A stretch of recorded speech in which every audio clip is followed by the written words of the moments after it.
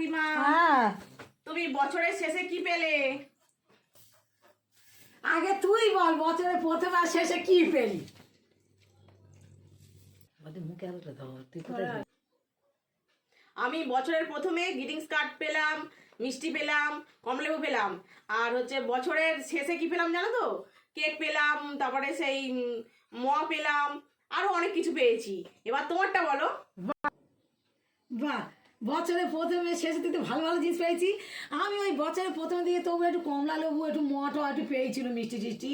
আর বছরের শেষে দেখবি, দাঁড়া আমি কি পেয়েছি তোর দেখাই। বছরের শেষে আমি যা পেয়েছি রে, এই দেখ, এই চুল, তো ছেঁড়া চুল, তুই কি করবো? না এরও মূল্য আছে।